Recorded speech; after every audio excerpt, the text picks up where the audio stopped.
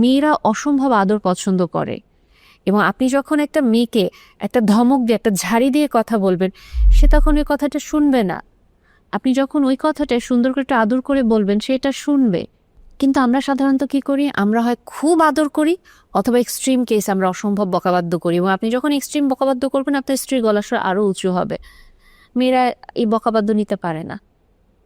এবং এই জিনিসটা আপনি আপনার মানে অনেক সময় বলতে পারেন, কই আমার মা তো আমার বাবার সাথে গলা উঁচু করেনি, আমার মা তো সবসময় খুব সাবমিসিভ ছিলেন।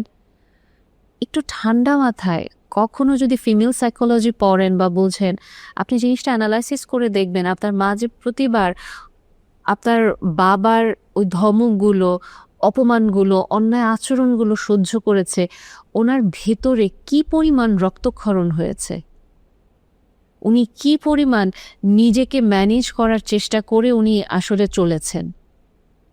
এবং ওখান থেকে ওনার এই ইনসিকিউরিটিটা হয়তো বিল্ড আপ হচ্ছে যে আমার ছেলেকে বিয়ে দিচ্ছি, অন্য মেয়ে তো আসলে ওই অধিকার বা সুখটা ভোগ করবে, মজাটা ভোগ করবে, যেটা আমি আসলে এত কষ্ট করে বড় করলাম। যে আপনি যখন এটা চিন্তা করেন একজন ছেলে হিসেবে, সন্তান হিসেবে, আমার মা তো আমার বাবার সাথে এরকম করেছে, আমার স্ত্রী কেন এরকম করে, আপনি একটু ঠান্ডা মাথায় তার একটা ফিমেল সাইকোলজি বুঝেন, এবং আপনি আপনার মা আজকে কেন এত ইনসিকিউর, কেন উনি আসলে এরকম করেন, ওটা বোঝার চেষ্টা করেন।